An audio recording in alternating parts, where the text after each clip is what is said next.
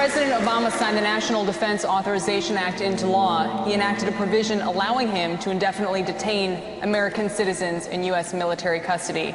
Many, including Congressman Paul, have called this unconstitutional. At the same time, the bill did provide money to continue funding U.S. troops. Governor Romney, as president, would you have signed the National Defense Act as written? Yes, I would have, and I do believe that it's appropriate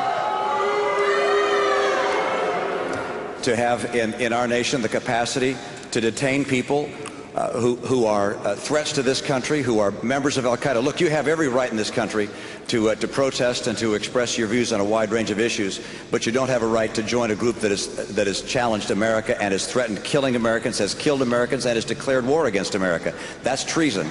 And in this country, we have a right to take those people and put them in jail.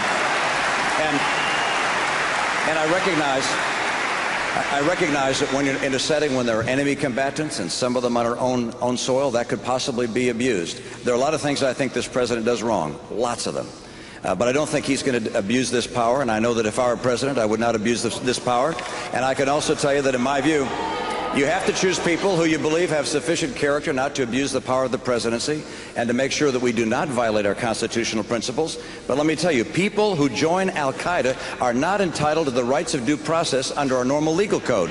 They are entitled instead to be treated as enemy combatants. Senator Santorum. I mean, I still got time. So as long as I still have time, I just want to go back and agree with what Governor Perry said.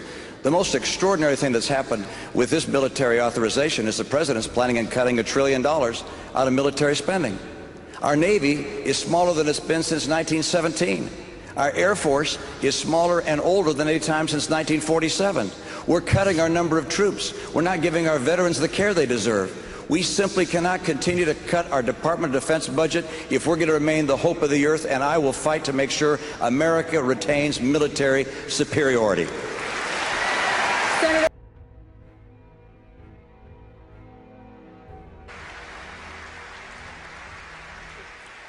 Congressman Paul, a different question. Your plan to...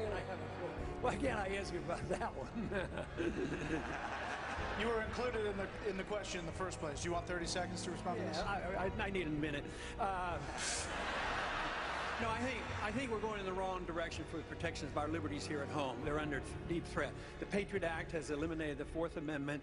We now have a policy of preemptive war. You don't have to declare war, and you don't even have to have an enemy. We can start the wars. That's what preemptive war is all about. Now, with the Military Appropriation Defense Act, this is major. This says that the military can arrest an American citizen for under suspicion, and he can be held indefinitely without habeas corpus and denied a lawyer indefinitely, even in a prison here. Let me give you one statistic. We're worrying about all these, where we're going to try people, where are they going to do it? We have to do it secretly because our rule of law is so flawed. We have arrested 362 people related to al-Qaeda top operation. 260 of them are in prison. They've been tried and convicted. So don't give up on our American judicial system so easily. I beg of you. Tell me.